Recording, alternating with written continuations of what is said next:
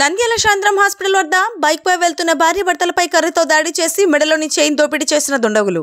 నంద్యాల పట్టణ శివార్లోని శాంద్రం హాస్పిటల్లో తన బంధువుల అమ్మాయి ప్రెగ్నెంట్ అవ్వడంతో చూసి మళ్లీ పొలం పని మీద పొలం వెళ్లే క్రమంలో రాత్రి అప్పటికే కాపు కాసిన దుండగులు బైక్పై వెళ్తున్న భార్యాభర్తల్ని కర్రతో దాడి చేశారు. కింద పడి ఇద్దరికి తీవ్ర గాయాలయ్యాయి. అయినా వదలని దుండగులు భర్తని చితకబాదారు. భార్య మెడలో ఉన్న చైన్ను మరియు భర్త వద్ద ఉన్న డబ్బులను లాక్కున్న దుండగులు వదలకుండా దాడి చేసి వెళ్లిపోయారు. దంపతులిద్దరిని శాంద్రం హాస్పిటల్కి తరలించారు. దుండగులిద్దరూ సన్నగా హిందీ మాట్లాడుతున్నారని వాళ్ళు తెలియజేశారు.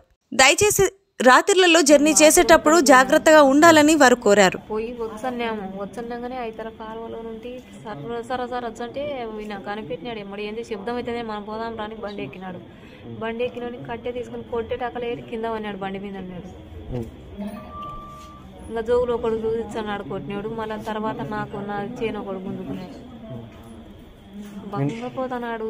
మీకు డబ్బులు కావాలని కొట్టించారా? నేను నిడిసారా? మీరు ఎవరు అసలు నేనేం చేసినానని మేము పిల్లని హాస్పిటల్ అడ్మిట్ చేసినాం అంటే ఎంతమంది వచ్చినారు?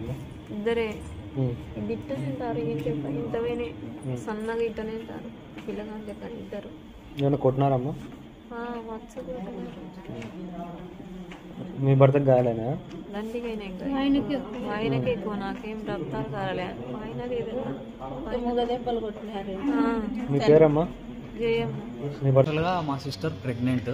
చెకప్ కోసం హాస్పిటల్ దగ్గరికి వచ్చినారు. హాస్పిటల్లో 24 hours అబ్జర్వేషన్లో పెట్టాలని మా సిస్టర్కి చెప్పినారు. వీళ్ళు కొంచెం మా పెద్దమ్మకు కొంచెం ప్రాబ్లం ఉందని బాత్రూమ్ అట్లా వస్తుంటే అట్లా పొలం దగ్గరికి వెళ్ళినారు. పొలం దగ్గర ఇంకేం జరిగిందో ఏమో వాళ్ళని కొట్టేసి వాళ్ళ దగ్గర ఉన్న క్యాష్ చైన్ మొత్తం లాక్కొని వాళ్ళని ఇట్లా కొట్టి చేయలేక కొంచెం దూరం తీసుకొని పోయినారు. దాడి చేసిన వాళ్ళు అంత వాళ్ళు క్లారిటీ కనుక్కోలేకపోతున్నారు. వాళ్ళు మా పెద్దమ్మ వచ్చేసి వాళ్ళు హిందీ మాట్లాడినారని చెప్తున్నారు.